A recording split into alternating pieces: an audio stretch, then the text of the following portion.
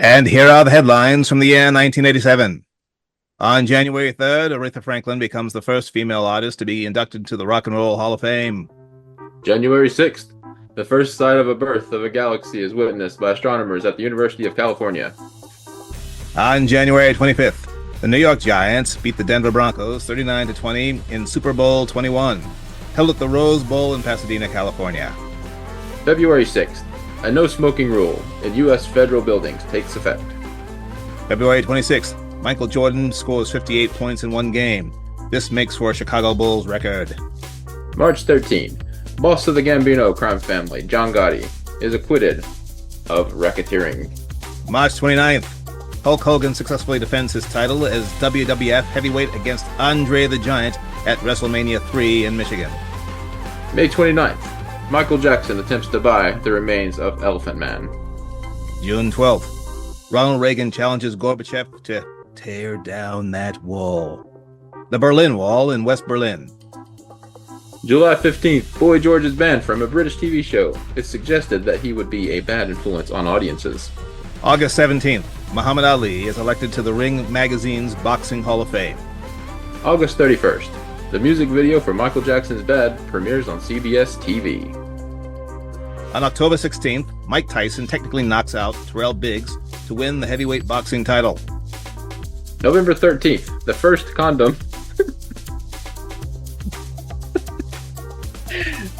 Say it. Advert is shown on British television. And December 8th, Ronald Reagan and Mikhail Gorbachev sign a treaty eliminating medium-range nuclear missiles. These are the headlines that made the year 1987.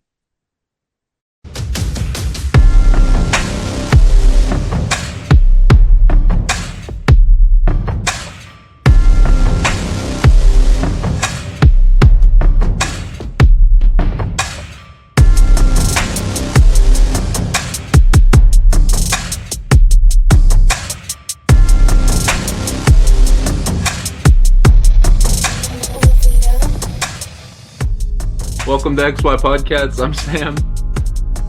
And I am Scott. I'm also Generation Y. And I'm Gen X. And I can't believe I botched that last the last of the intro. In Britain, they say condom. Yeah, there's no way. I couldn't even say it the regular way. We say condom, and they say condom. So, if you're feeling rather randy, get a condom and put a topper on it. Although I can't remember the last time I was watching primetime television and they advertised condoms.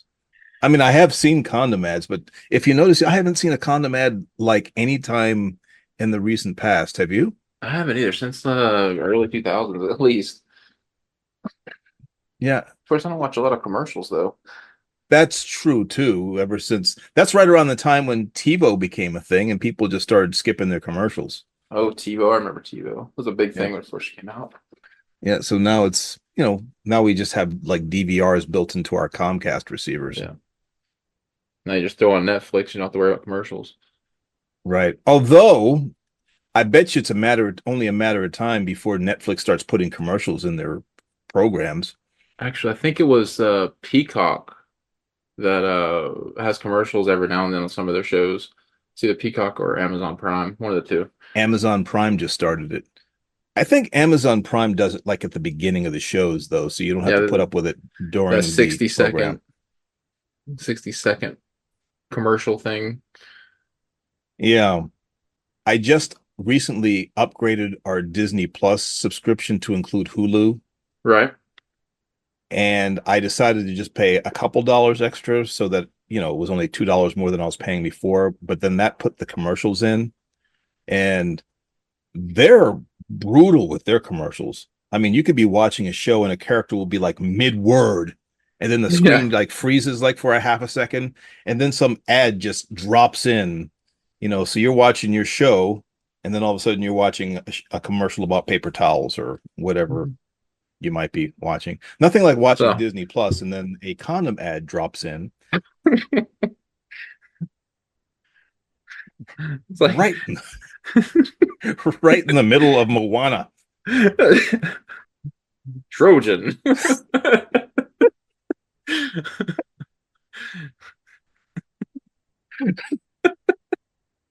Oh man. So anyway, I upgraded my membership so that we don't have to put up with commercials anymore. Yeah, I did the same thing because Hulu needs to get it right. Yeah. So this year we're doing 1987. Interesting. What happened in 1987 I for graduated from you? high I graduated from high school in 1987. Oh, nice. I was 20 years later. Yeah. You were actually born 2 years later. Exactly, yeah.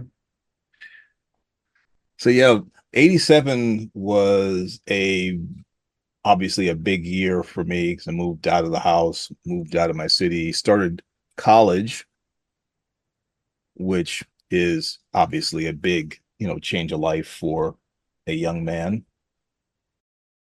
Some of the big things that made life worth living in 1987 were the movies. Oh, to be around when they came out, that would have been epic. Well, I mean, in those days too, mind you, we did have VHS movies, but you had to wait like 2 years for like a movie to leave the theater and then make its way to VHS. Hmm. Well, so that you could actually buy it anyway. The first year it came out, it was either you rented it or you paid like $100 for the videotape. Oh, wow. Yeah, the prices were crazy. That is ridiculously overpriced. Well, because they priced movies for the rental market. So the Okay. plan was that, well, they don't want you to buy it because then you won't rent it and they can't make more money on the same videotape. The video stores would buy, I guess, I don't know, 20, 30 copies or something. I guess it depends on how big the store was. Right. And, every time somebody would rent that movie, they get a couple dollars for the rental. So a lot more money that stood to be gained by renting a movie as opposed to just selling it for 24, $25. So now it's just point and click. So Um, my first job that I ever had was working at a movie theater. is But that theater still around? Is it still active? And strangely enough, I think it just closed. So the theater that I first started working at, where hmm. I had my first job, is no longer there. It's Okay. I think it's either a store or a bank or something. But I worked there for 2 years. But after my first year of college, I came back home after my freshman year, and I was able to work for another theater in the same chain. It was a much nicer theater. They had newer projectors and they popped their own popcorn, and the manager was really cool. Not that Yeah. my first manager wasn't, well, actually, my first manager wasn't cool. He was nice to me, but the manager at the other theater, he was pretty cool. But that theater actually, up until recently, was open, but they had the bargain movies there. Yeah. That was my mother's favorite place to go to watch movies because they had the best popcorn, as she would say. We still have three movie theaters, I believe, here.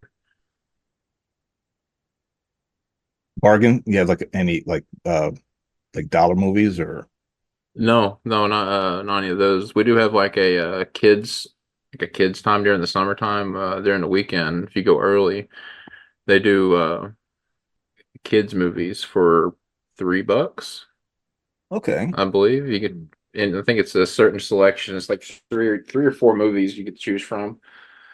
But it's just Disney movies. They're nothing big like Lethal Weapon or nothing like that. Well, you did say it's for kids. Yeah. Want our kids going in all innocent and coming out sounding like Samuel L. Jackson. Or a random Gundam commercial pops up. I think I would stop going if a random commercial just pops on the screen. Yeah, I'd be done. Well, it is bad enough. You are seeing like some commercials that you see on TV are like not like during the previews part, but like that part of if you show up like too early, that's that time where you're watching ads for like local businesses and you're watching ads and like trivia and video games. if you mess around and like, get your popcorn and soda, you'll have it finished before the movie starts because you just got there too early. Yep, When you go done there that. during that time, that's when you'll see those commercials. But I have yet to see a Trojan ad. So 1987, I think, was like the first big year for me personally for like movies. I mean, 86 did have its offerings. There was one big offering that I'll talk about when we do 86, but 87 had some sweet gems. The first one, of course, would have been the original Lethal Weapon. Oh yeah, that one you can watch over and over. So no, Lethal Weapon in 1987, film producer Joel Silver produced, I guess it was a new kind of cop movie, and it's called Lethal Weapon, which paired Danny Glover, who up to this point was best known as Mister in The Color Purple for beating up on Whoopi Goldberg, and it paired him with an already up and coming star, Mel Gibson, who at this point was best known for Mad Max and the three movies Mad Max and The Road Warrior and Mad Max Beyond Thunderdome.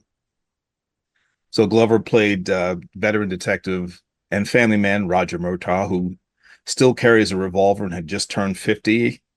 And Martin Riggs is a highly trained Special Forces Vietnam veteran who, after the death of his wife, is very much suicidal, and nobody wants to work with him because he's suicidal or they think he's trying to draw a psych pension.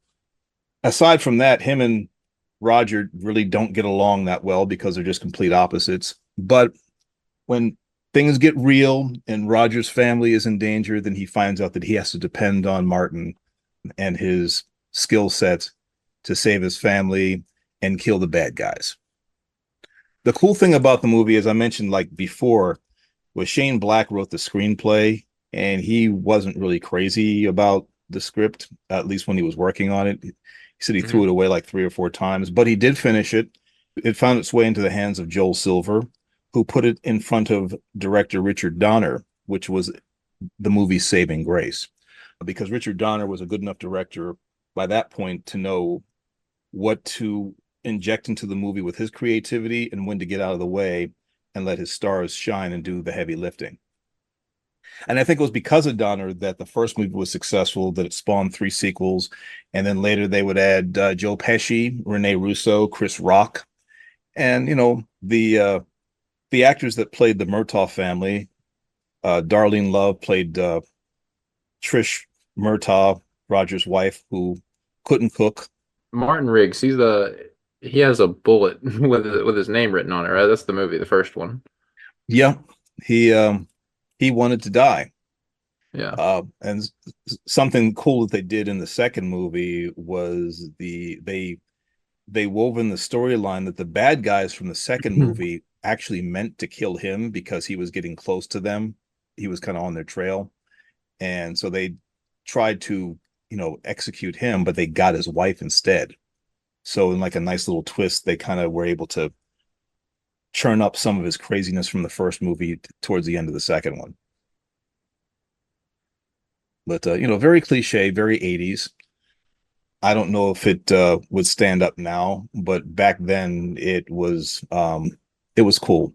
The only thing I didn't like about the end of the first movie was Mel Gibson and Gary Busey, who played Mr. Joshua, one of the big bad guys. They had this big, long, drawn out jujitsu fight, Mm-hmm. which just kind of made it clear that neither one of those guys was really trained in martial arts. Everything else was pretty cool. So that was my first pick, was Lethal Weapon. My second pick was Predator. Now, I had never seen anything like Predator. I've never sat down and watched Predator, the first one. Have you watched any of the sequels? I can't remember if I have or not. No. You got to at least watch the first one. If you don't watch any Predator movie except for the first one, then you're fine. Okay. But I mean, and it was cool too because Schwarzenegger was riding high at that point. He was always the baddest dude on screen. He was the Terminator. He was Conan. Mm-hmm. He did Commando the year before. And he actually even did a movie. I don't think it saw the light of day until after these other movies came out. It was called Raw Deal. That's Schwarzenegger, right? Yep. The tagline for Raw Deal was they gave Schwarzenegger a raw deal. Nobody gives Schwarzenegger a raw deal. But yeah, Predator was was a different kind of creature movie, and it Mhm. very much was a creature movie, even though it was uh, just full of testosterone. I mean, you had Schwarzenegger, you had Carl Weathers, and he was just fresh off of Rocky Four, so he was jacked. Sonny Landham was in there; he was jacked. Jesse the Body Ventura, he He's was also in a there. wrestler. Yep, he was jacked. And then Bill Duke rounded out the cast. And oh, Shane Black, who I just mentioned, the guy who wrote Lethal Weapon, he was also one of the commandos. Spoiler alert, he's the first one to get killed, but he he's in there. And interesting piece of trivia is the Predator was played by an actor named Kevin Peter Hall, was like who was like 7 feet tall because they needed somebody to be bigger than Schwarzenegger. And on top of that, they actually shot him in such a way that it made him even look even bigger than that, made him look like he was about 8 feet tall. So they would, where they could, they would use a body double of Schwarzenegger's character, Dutch Schaefer, with like a really small guy to make the height difference look even more dramatic. But before Kevin Peter Hall was cast, that part was played by Jean-Claude Van Damme. Well, you can't go wrong with that actor either. I watched a Well, lot of his movies. he didn't work out because he was and it's understandable. He was wearing a mask. Basically, he was a glorified stuntman wearing a costume. He's just like this isn't really what he wanted to do. So he left the project, and then they replaced him with Kevin Peter Hall, which was, a better fit for everybody. Yeah. But that was directed by John McTiernan, who would go on to direct The Hunt for Red October and Die Hard. And Oh, Die Hard, the Christmas movie. yep, the Christmas movie that was released in the summer. No spoilers, though. We'll talk about that when we get to 88. And then finally, my third movie pick is RoboCop, which was another landmark movie of my youth that just blew my mind. I have seen that movie. That movie is top tier. If you get a chance to get the uncut version, Yeah. do it. The first cut of that movie got an X.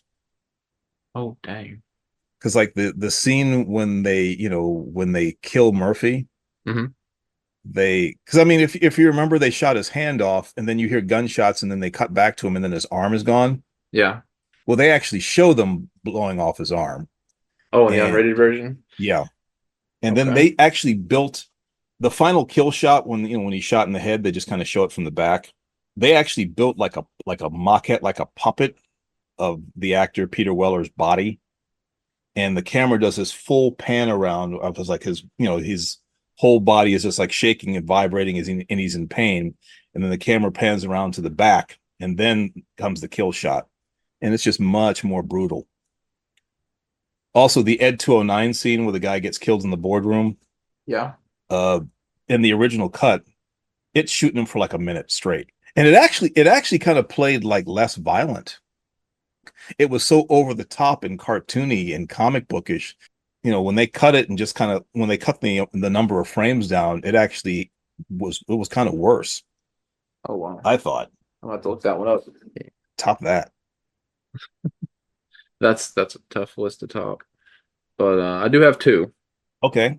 I do have two. I have Dirty Dancing, Patrick Nice. Swayze, dance movie. Nobody puts baby in a corner. I watched it on VHS tape when I was a kid. That's appropriate. Yeah, because we didn't have a DVD player till 98, 99, something like that. Okay. Yeah, no, it was definitely a landmark film. It was the movie that all the young girls were seeing, and it made Patrick Swayze a big time star. That was He definitely his breakout role. he went from nothing to megastar. Yeah. I mean, I think he was, well, I mean, he had done things, obviously. Oh yeah. Yeah, I Um, remember I don't know if it was later or earlier, but my favorite movie he's in is Black Dog. hmm, He was a truck driver. yep. I do Yeah. remember that. Yeah, he was another one that was gone too soon. Yeah, definitely. So Dirty Dancing and And The Untouchables. I love crime boss movies like Al Capone, yes, uh, Robert De Niro, Kevin Costner did one of the best acting jobs I've ever seen in that movie. De Niro got, I think he got the Oscar for Al Capone, for playing Al Capone, if He I did. remember correctly. Yeah. Yeah, that the screenplay was written by David Mamet. My favorite part of that movie was the train station shootout. Yeah, I remember The that. That's never-ending slow motion ride down the steps. the 5 minute ride. Yes. But Untouchables, 106 million in the box office. They did something right. Oh, that movie rocked. Yeah, Though ironically, I did not see that one in the theater. I didn't see that one until it came out on video. that surprises me. I would have thought you saw that one in theaters. And I think now you can go to Paramount Plus and watch it. So yeah, good picks, brother. Oh, yeah. So I know you didn't watch a whole lot of television in '87. If you watched any, I didn't watch a lot of television like in early 90s, but when I did start watching them, it was from the late 80s to early 90s. They would do reruns. were there any shows that resonated with you from that era?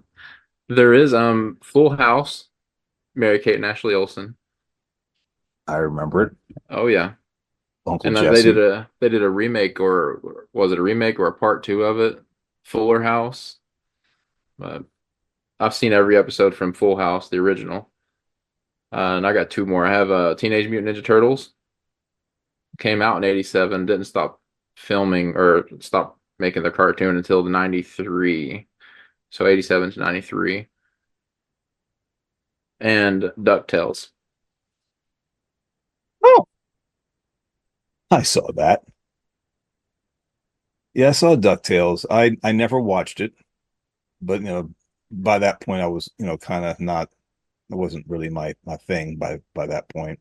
I mean, not gonna say I didn't really dig. I didn't not gonna say I didn't dig cartoons in '87. Hmm. Um, I think I was still watching Transformers in my senior year, the cartoon version. I tried watching the cartoon version. I couldn't get into it. Well, different era. Yeah. So my TV shows from that year, Wise Guy, which I didn't watch as much as I would have liked to. I know my parents were into it, but it was a really good show. It was one of the first shows to introduce long form storytelling. Ken Yeah. Wall played kind of an undercover cop. They would embed him with crime organizations, and they would like spend like 8 or 9 episodes telling the same story about him taking down this one organization. And it was Ken Wall. His handler was played by Jonathan Banks, who people who watch Breaking Bad would know. Oh, that was a good series. Wise Guy. If you can find it anywhere, check it out. My next pick was one I bet you haven't heard of, What's that? Max Headroom. Have not heard of that one. Before the TV show, Max Headroom was a computer generated video DJ. I think he was featured on like MTV and became kind of a pop culture fixture. But Matt Frewer was Max Headroom. I don't know if the story behind Max Headroom came first or if they just made a story to fit the character. But Max Headroom, like I said, he was a computer generated character before it was possible to computer generate characters. So, AI before AI. right. Yeah. So they would put this heavy makeup on Matt Frewer to make it look like he was computer generated. And then they would just, with the trick of editing, make it so that his speech was stuttered and he would repeat things like, you know. kind of thing. I'm probably sure there's going to be some YouTube videos out there. But anyway, the show also featured Matt Frewer playing Edison Carter, who was like a reporter, a crusader reporter who was fighting corruption, the Hmm. corruption of his own company, and he's wounded. He suffers a head injury. He hits he hits a traffic control sign, or something in traffic. Anyway, it says max headroom on it, indicating that the that's all the higher you can go for headroom. And Yeah. he didn't clear it; his head hit it. But that's where the name came from for Max Headroom. They digitally downloaded his consciousness into a program, but the program takes on a personality of its own and becomes Max Headroom. And Max Headroom helps them fight corruption because he is able to navigate the online computer network and so forth. So the show ran, I think, maybe a season, maybe part of a season. It was called Max Headroom 20 Minutes into the Future. Sounds interesting though. It was Uh, interesting. It was ahead of its time, yeah. and it was definitely destined to not last. I Uh, looked up some images from it. It shows them how they did the makeup for the computer generated guy. yeah. It's very interesting stuff to look up. And I have to give Matt Frewer a lot of credit for playing that character. He was actually probably an underrated actor. If it wasn't for Max Headroom, he probably wouldn't have had any kind of claim to fame at all. He'd just be, a guy doing stage plays and commercials. Yeah. But he was pretty good. So from shows that would have been nice if they had lasted but didn't, to a show that a lot of people, myself included, thought was not going to last, but was glad that it did and really lasted. I mean, lasted in a with a vengeance. It was Star Trek: The Next Generation. Um, See, I couldn't get into Star Trek. I know this. I know this about you. But I, in contrast, have been a lifelong Star Trek fan ever since I was a kid, Hmm. and I came up on the reruns, because Star Trek was big into syndication, and and Captain Kirk and Mr. Spock and Dr. McCoy, that was Star Trek. But then they decided to spin off a new version that took place 75 years in the future or whatever, so that all those characters would be dead. And the uniforms were horrible. And I'll probably, if any Star Trek fans hear me say this, I'll probably get slapped. I never liked the Enterprise D. Yeah, It's like the Star Wars versus Star Trek battle between me and you. there is a world where both universes can coexist in peace. They are, because you really can't have one without the other. If I believe that if it was not for Star Trek, there would not have been Star Wars. And there are certain things about modern Star Trek that certainly heavily borrowed from Star Wars. There are people who will argue now that both the versions of both of them in their contemporary forms maybe should die. I think that might be Oh, more true for Star Wars than for Star Trek, but there's a lot of talk about both. And that's a conversation for another time. The current state of Disney Star Wars is really different from the Star Wars that we grew up on. yeah. I mean, I know that George Lucas caught a lot of hate for the prequel trilogy. Maybe some of it was deserved, maybe not, but it was still Star Wars. The and I haven't watched the new show. I haven't watched The Acolyte. I'm really trying to find motivation to watch it. I've I've not heard anything buzz wise that makes me want to go see it. Um, I saw one clip from it that a friend sent me, and I was just like, "What am I watching?" Many times, these franchises just become cash grabs. I Exactly. would probably There are other people I would probably get in trouble with for saying in the Alien franchise, the first Alien movie is probably a masterpiece. the first alien horror movie released in 1979 that made Sigourney Weaver a star. That movie is a near perfect horror movie. Aliens, James Cameron's sequel, which was more of an action movie, was the perfect ending to that story because it gave Ripley a happy ending. She goes from being a lone survivor from like this doomed mission where this alien kills her entire crew, and then she ends up waking up in a world where she's alone. Her family's dead. Yeah. Nobody believes her. She has no credibility. She can't even hold down a job because they won't let her fly spaceships anymore. And then she goes back and confronts the alien, and it's a complete, it's I mean, everybody still dies basically, but it's a victory for her, and it just ends on a high note. But instead of just letting the story sit, they make a sequel, and in the sequel they completely undo all the stuff that Cameron's script did, by killing off what few characters remained, and then just putting her in the worst possible situation. And they did get a good director. They got David Fincher, but the theatrical release of Alien 3 is a cautionary tale of what studio interference can do. But yeah, it's just kind of that's the danger with franchises.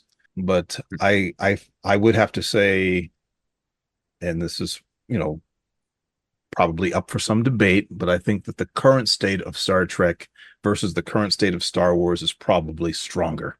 I would have to agree with you right now. They're not dead, and you can always hope that somebody else will come in and infuse some fresh life into it. I mean, Star Wars it's a really great theater to tell stories in. I do But like, have one honorable mention for TV shows. hit me. Unsolved Mysteries. Ah, I was in an episode of Unsolved Mysteries. Oh, was you really? Yeah. I could not tell you which one because I don't even remember it was so long ago. I don't even remember what I shot, but I remember that I got the gig. That's all I remember. But I was in an episode of Unsolved Mysteries. I couldn't tell you when, where, or what I did. Well, I'm glad I mentioned that one then because that's I've watched every episode of them, but I don't remember seeing you. But again, it was a long time ago. Unsolved Mysteries was kind of the forefather to modern day true crime, which I'm a big fan of. Yeah, what was it now? Cold Case Files? Is that still a thing going on? Yeah. Yeah. As a matter of fact, there's a season on Netflix that I'm working my way through now. I think it's the third season.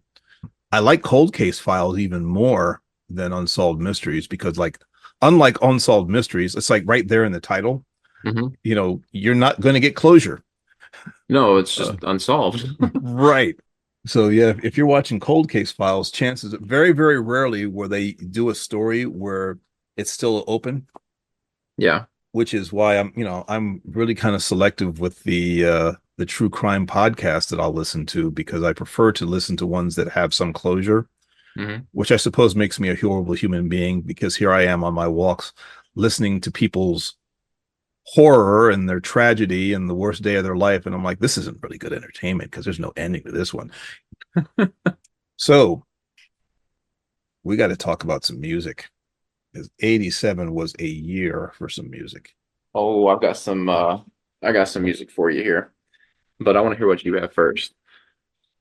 Well, since you asked so nicely, my first choice is going to be Shake You Down by Gregory Abbott.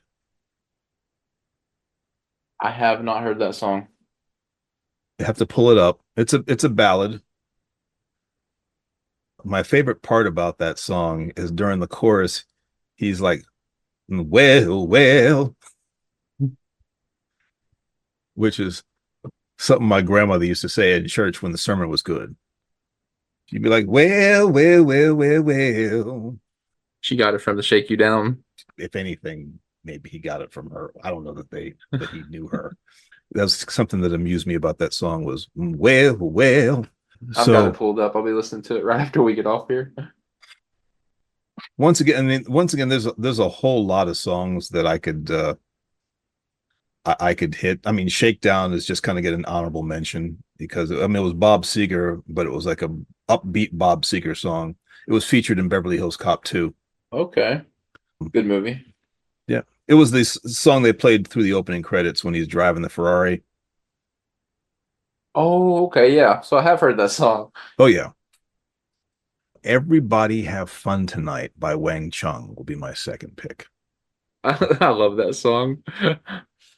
And once again, it's not like it's written so that it's not it's just it's a fun song. Like the Macarena. It's just a fun song. And I'll round out my choices, and this is hard to just limit it to this third choice is Club Nouveau's cover of Lean on Me. Oh, that's such a good song too. Just to have to mention Prince's You Got the Look, Okay. which featured Sheena Easton and the System. Don't Disturb This Groove. That's a good if you that's a good one to sing if you like singing. Right. Like Earth, Wind, and Fire. Always good to sing along to. Oh, I believe I could be wrong about this. I think System of Survival came out that year. I'd have to check. Are you familiar with that one? I'm not familiar with that one, no. I'll have to send it to you. But you're right. It was released in 1987. It's a good song. Yeah. It was very 80s appropriate, so it may not have had a lot of the traditional Earth, Wind, and Fire kind of vibe, but it was a good song. I could go on forever. I'm waiting to hear what your picks are. I have my first one is Def Leppard, Pour Some Sugar on Me. I'll give you that one. Oh That yeah. was that wasn't I that was a landmark song of the year. I remember hearing it lots. Mainstream song. Well, there was no bigger time for hair bands than the 80s. Yeah, I have a picture of my dad with with big hair from the 80s.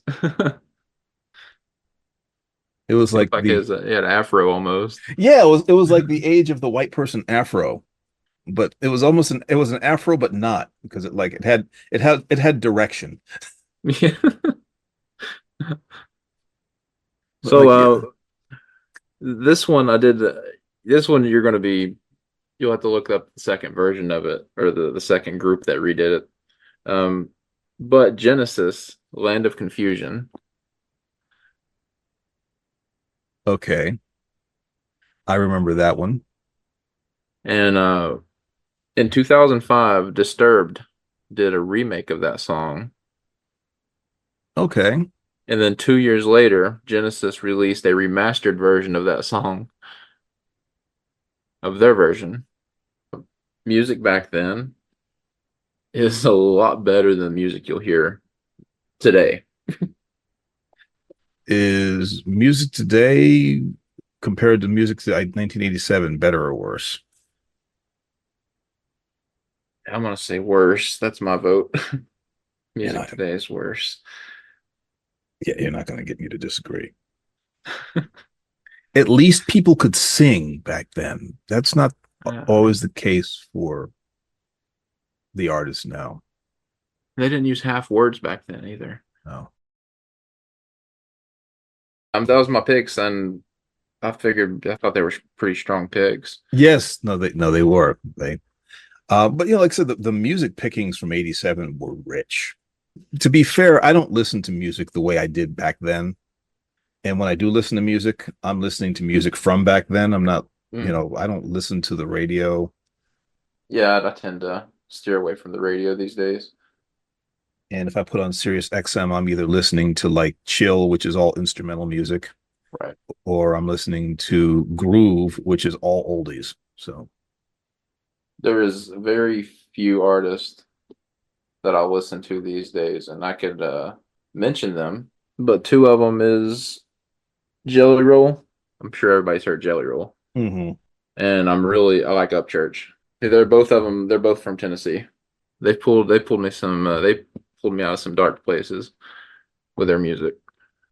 Well, I'll let you pick the next year. You don't have to tell me what it is now. I can't wait to find out. Oh, you'll find out. Why you say it like that? Why you make it all ominous? I think I'm going to pick the year that I graduated. Oh, which is Yeah. '07.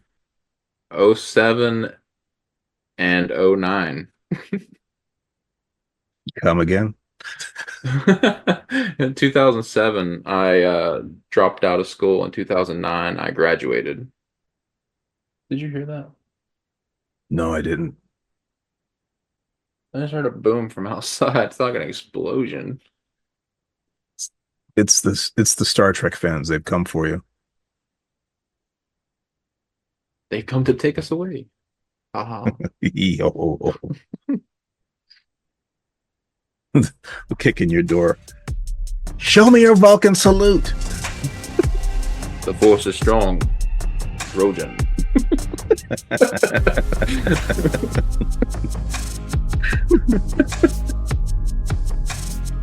I can't do it. I can't do it.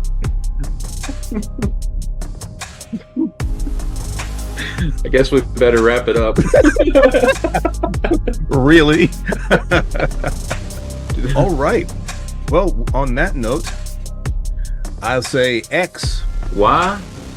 See you later. We're out. Peace.